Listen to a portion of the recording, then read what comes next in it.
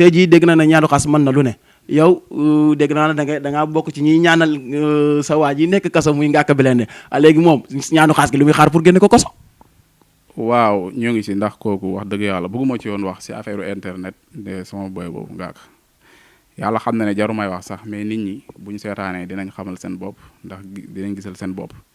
waaye booy boobu mooy li ma la wax rek erreur day am mën naa am juum na te yoon dafa war a def liggéeyam juum na dafa am ay affaire yu mu waroon a jouer clip bi mu ci woy ay mbiru xaalis léegi nag mu laaj pour mu dem wuti xaalis bu bëri pour tas ko ci biir clip bi pour jouer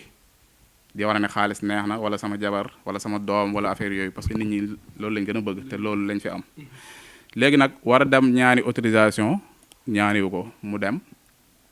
dem photocopie rek xelu xale jàpp ko mu jël benn 10 000 francs photocopie koy xaalis yu bëri léegi nag si biir photocopie am na ñu xam naa du ñàkk am ñu ko gis rek dam boole ko fi muy dem di tourné ji Mbour Saly da ko gars yi dogaale ci yoon bi arrêté ko xool oto bi gis si xaalis boobu si lañ ko jaalale police bu Parcelles waaw loolu noonu yëpp mën naa am dafa juum mais ñun si mbiru ñaan parce que même bu dul moom ñaanal naa ñu bëri fan yi paase rek ñaanal naa fi nit boo xam ne génn na te amu fa sax benn weer boo xam ne dañu ko jaalale mu génn